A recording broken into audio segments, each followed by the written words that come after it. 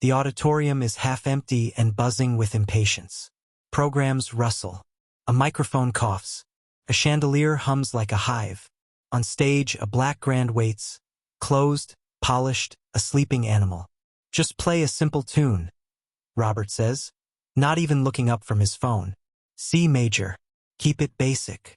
Sophia stands there in a faded gray hoodie and white sneakers, hands in her pockets, hair tied back like she's hiding inside herself. She's not on the poster. She's not even on the list.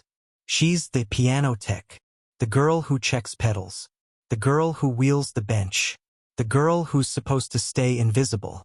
Emma, a nervous soprano, whispers, "You got this," the way you ask a stranger to hold your bag. Sophia nods. Sure. Simple.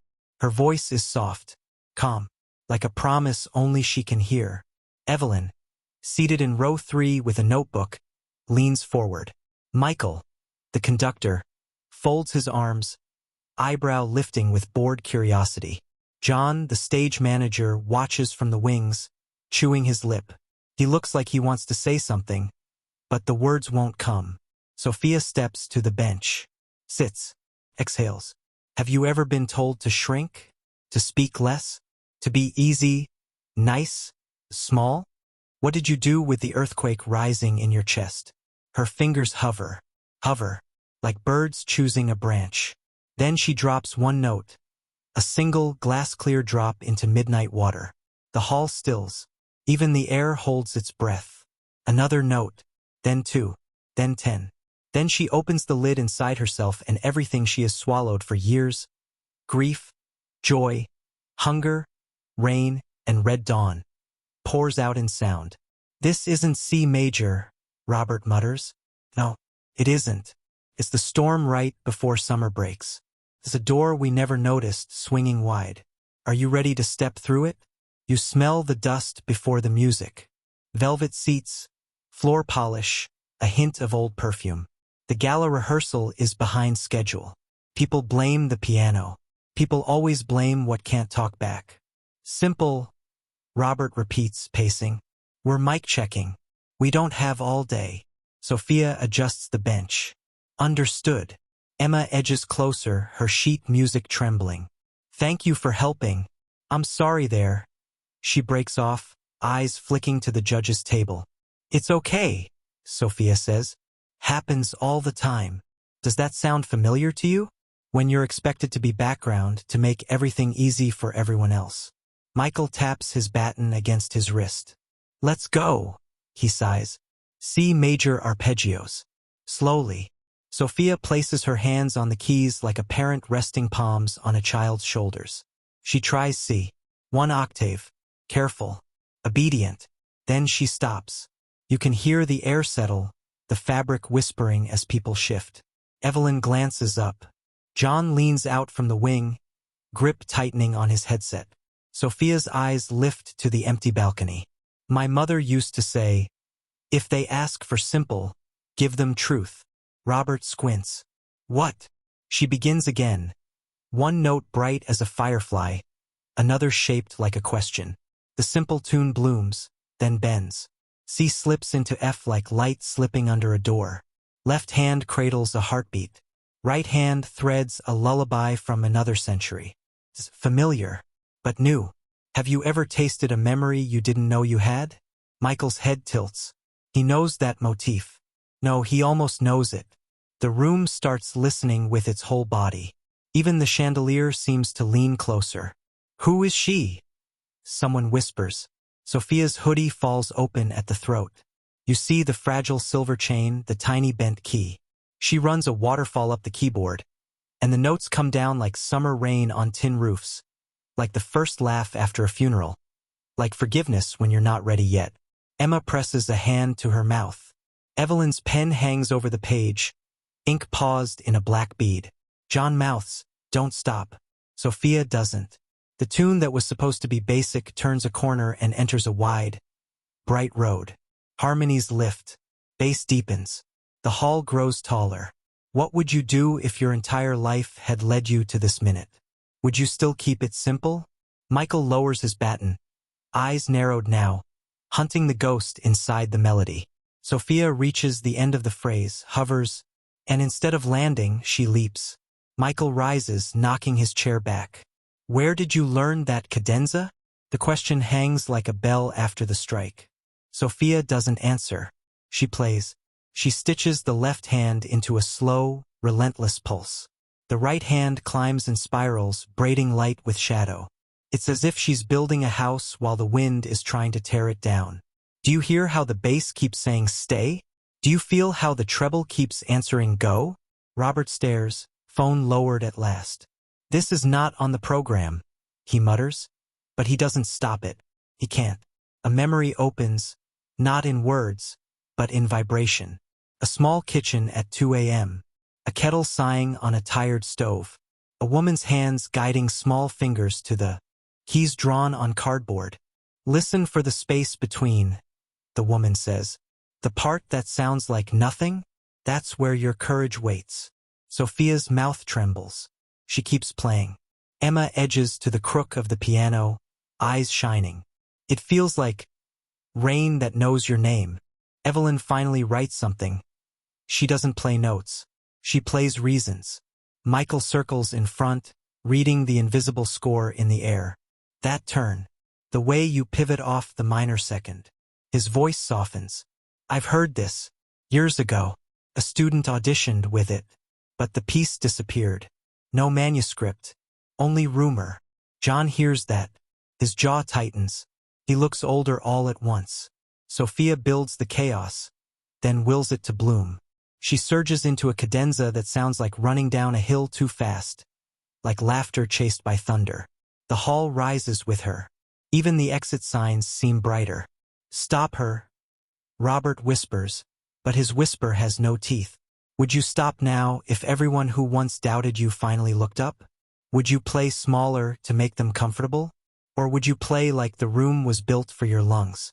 Sophia lands, soft, exact, as if she stepped from a rooftop and found the air had always planned to carry her. Silence spreads, a velvet sheet drawn smooth. In that quiet, the chandelier's crystals tick, cooling. Someone sniffles. Emma is crying without even realizing.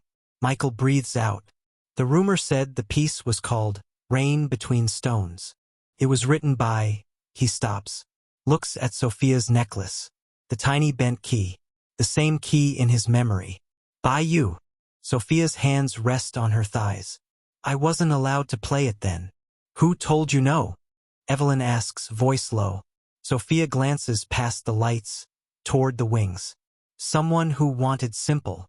She lifts her hands to the keys again. But my mother taught me the cost of shrinking. From the back of the hall, a dry voice calls, Sophia Khan? And a tall figure steps into the light. Michael's former patron, and the man who once made her vanish. Shoes click on the aisle. The man's silhouette breaks the beam. Crisp suit, cold smile. Robert straightens, suddenly attentive. Mr. Harrington, he says, like a student hearing the headmaster. Michael's face hardens. Emma flinches. Evelyn caps her pen. John moves one step forward, not enough to be seen, just enough to be ready. Look at you, Harrington says, voice sugar over ice, still chasing storms. He turns to the judge's table. Years ago, this woman now, submitted a flamboyant composition. Unsuitable, undisciplined. I advised her to focus on basics. Sophia's fingers curl. You forbade me to play it. You said it would confuse the donors. He smiles. And here we are at a donor gala rehearsal. Evelyn leans toward him. Here we are. And yet the room is breathing for the first time today. Harrington ignores her. Sophia, do the correct thing. Give them simple. Don't embarrass yourself with theatrics. Have you had someone say your fullness is too much? That your color is loud? That your truth is awkward? Did it make you fold? Or did it make you learn the weight of your own spine? Michael steps between them. Her tempo is immaculate. Her voicing is fearless. Her architecture is sound. Harrington's eyes sharpen. You always loved strays, Michael. John takes another step forward. His headset wire tugs. She's no stray. Harrington hears the voice. tilts his head. Ah, the stagehand father. He smiles without warmth. I remember you. John steadies. I remember you refusing her scholarship after her mother died. The air goes thinner. The chandelier doesn't hum now. It listens. Sophia inhales. I had to work nights. Clean this floor. Polish this piano. She swallows. I played in empty rooms so the keys wouldn't forget me. Emma whispers, don't stop, please. Sophia looks at the bench, at the worn edge where countless performers have balanced their fear. She sits. I will give them simple, she says, eyes on Harrington. I will show them what simple becomes when you let it grow. Her left hand lays down a single, bare line. Heartbeat. Her right hand places a melody so plain a child could hum it. It walks. It looks at the sky. It doesn't apologize. Then, quietly, she plants a seed under it. A counter-melody, hidden like a letter under a doormat. The room leans in. Do you hear it? That small second layer? The secret becoming brave? The theme splits and returns, learning itself in public. Sophia's dynamics rise not in anger, but in permission. The sound says, you may. The sound says, take up all the room you need. Harrington's jaw works. This is indulgent. Michael smiles, small and dangerous. This is inevitable. Sophia lifts her hands off the keys and leaves the last chord trembling like a leaf that refuses to fall. The house lights flicker, and then dim to black, except for one spotlight holding her and the piano in a circle of soft dawn. Encore?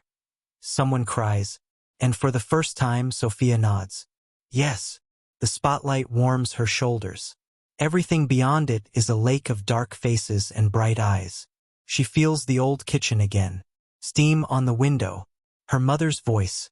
Play what you can't say. She begins the second movement. Left hand. Stones. Right hand. Rain. It's not bigger. It's deeper. Notes fall into small spaces you didn't know you had, and they make room in there. Have you ever felt a song reach into your pocket and pull out the courage you swore you lost? Emma sways, prayerful. Evelyn writes one word and underlines it. Arrival. Michael closes his eyes, counting time by breath. John's hands shake in the wings. He presses them together. He whispers, go, kiddo. Sophia hears that. A smile cracks like sunlight through cloud. She threads a thread of folk melody. 2 measures her mother loved. The tune they used to hum while waiting for the bus in winter. It climbs the spine of the piece and becomes a window. The audience sees something through it. A girl at a cracked digital keyboard, headphones on, practicing while the world sleeps. Robert whispers to Harrington, the donors will love this. Harrington glares. They will love the idea of loving it. Sophia pivots into the cadenza like a dancer turning not to impress, but to arrive. Her right hand flashes, her left anchors. Then, surprise, she softens. She lets the melody stand alone in its bare feet. It is the same tune she began with at the mic check. But now you can hear where it came from. The road behind it. The miles under its soles. Listen, Michael says, almost to himself. She's spelling names in the intervals. Evelyn looks up. Names? John, he murmurs. Emma. Even mine. She tucked us into the architecture. The audience isn't breathing so much as being breathed. Do you feel that? When a room becomes one chest, one pulse. Sophia raises her hands and holds them midair, as if shaping clay you can't see. The sound waits on her fingertips. For my mother, she says softly, not to the microphone but to the past. For simple things that saved us. She lands the final run like a swallow returning to the same roof every spring. Precise and inevitable. The chord opens and opens, a door leading to another door. Silence. Then, applause like rain finally allowed to fall. Emma laughs through tears. Evelyn stands, clapping overhead. Michael's eyes gleam. John wipes his face with the back of his hand like he's embarrassed by the miracle. Harrington doesn't clap. He gathers his coat. He mouths something that looks like, we'll talk. Would you talk? Or would you listen to the one sound that cannot be negotiated? The one you carry when the lights go out? Harrington turns to leave, when the side door opens and a small, elderly woman steps in, holding a weathered music folder. "Sophia?" she calls. "I kept this for you." The folder is green and patched with tape, edges soft from years. The woman's hands tremble, but her eyes are steady. "Your mother asked me to keep it safe," she says, "in case anyone ever told you to stop." Time folds. Sophia's breath catches. "Mrs. Patel," she whispers, the neighbor who used to watch her when Mom worked late at the clinic. Mrs. Patel smiles. "She said you would come back to the piano when you were ready." Harrington freezes mid-exit. His smile thins. This is highly irregular. Michael ignores him and steps forward. He opens the folder. The ink is faded but fierce. Title: Rain Between Stones. Composer: Sophia Khan. Annotation in a familiar hand. "For the days we had nothing but each other, and the song still found us." John's shoulders cave with relief. He looks at Sophia like a promise kept. Evelyn snaps a photo, then stops herself and just watches. Emma whispers, "Sing it again." Sophia traces her name on the paper, like touching a younger version of herself and forgiving the years between. "Thank you," she says to Mrs. Patel, voice thick. "Thank you for believing when I couldn't afford to." Harrington coughs. This proves nothing. A scribble in a retired neighbor's folder? We have no legal. Michael's baton cracks the air like a tiny thunderbolt. "We have the music," he says, quiet and final. "And we have witnesses. And we have a concert in 3 hours. He turns to Sophia. "Headliner." Robert blinks. What?" "Headliner." Michael repeats, as if tuning a string to the pitch of the future. "If she accepts." Sophia looks at the keys, at the crowd, at her father, at the small woman with the green folder. What would you do if your whole life finally offered itself back? Would you say yes? Would you allow joy to be heavier than fear? She sits. "Tonight," she says into the microphone, "I'll play what my mother wrote inside me. I'll play for people told to be small, for people asked to be easy, for people who learned to carry symphonies in quiet rooms." She places her hands. The opening is not thunder this time. It's morning. Windows unlatching. Kettles singing. Shoes laced for a day that will not apologize for being beautiful. The melody walks out again, but now it holds hands with 1,000 other tunes. Yours, mine. The ones we are still learning to hum. Harrington leaves without speaking. Some doors close softly when they realize they're not needed anymore. Evelyn's pen scratches. She did not ascend. She arrived. Emma squeezes Sophia's shoulder as the final chord opens like a palm releasing a bird. John doesn't clap. He cries. Michael bows to her, not as a teacher to a student, but as a witness to a world being made right in sound. The applause has that noise you hear when a wave meets rock and becomes necklace spray. It's loud. It's bright. It's human. Sophia stands, breathless. "Thank you," she says. She touches the bent key at her throat. "And thank you, Mom, for never letting me forget the simple tune that grew teeth and wings." Final beat, the chandelier stops humming. The hall holds one last, perfect silence. The silence after a truth has finally been said. What do you hear in that silence?